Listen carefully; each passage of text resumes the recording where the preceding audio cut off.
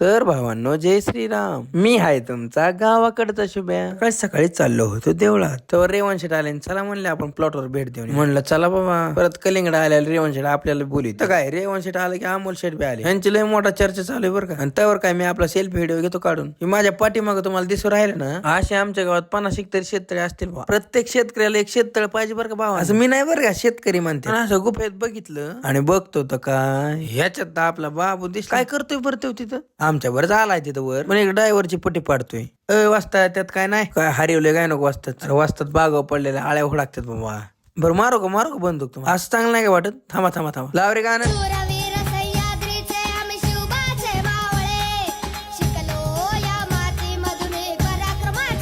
आम्हाला एवढीशी बंदूक जड लागते. त्या काळातल्या निष्ठावंत मावळ्यांचं कौतिक करावं तेवढं थोडंच. बोरच्या पाण्याचा वावांडा पर एशी पर्यंत टेकला बा. मरणाचं बोर झालं तर तरी बी पाणी लागतच लोकांना. ती म्हणतात ना, देवाची करणी नारळात पाणी. तसा विषय म्हणायचं काय. तोवर इकडे आबाईच्या दुकानात आलतो.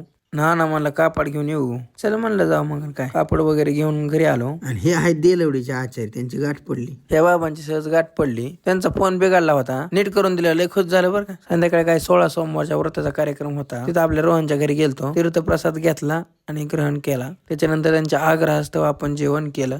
जेवण करायला आपली गँग ही संगत असते. कोणतीच पंगत सोडत नाहीत बरं का दोघं बी. भाऊने आपल्याला घरी सोडलं. मग काय आलो की मामाच्या दुकानात गेलो आणि दिवसाचा शेवट आपला हनुमान चालीसा पठण करून केला. श्री गुरुचरण सरोज जन मन मुकुर सुधारी वर्णव रोग बर विमलचे सुजुदायक फलचारी मध्य